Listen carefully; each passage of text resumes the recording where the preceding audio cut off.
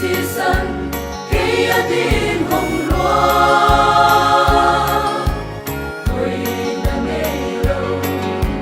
khi băng lên tập tin đây là kamulang tang về on mai đam in on mai đam in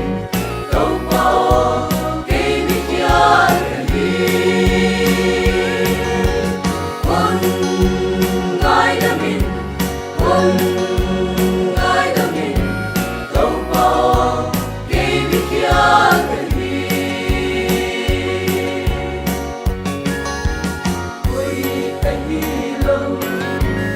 Hãy subscribe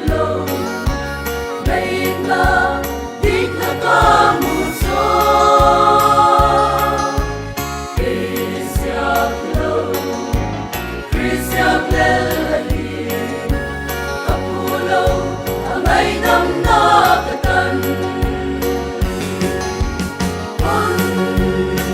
Ghiền Mì Gõ để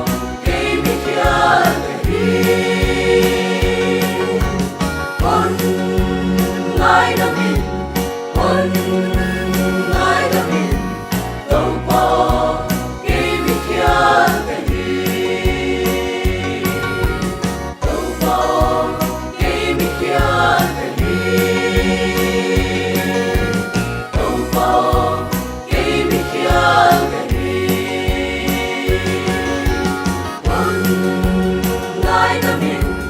bỏ lỡ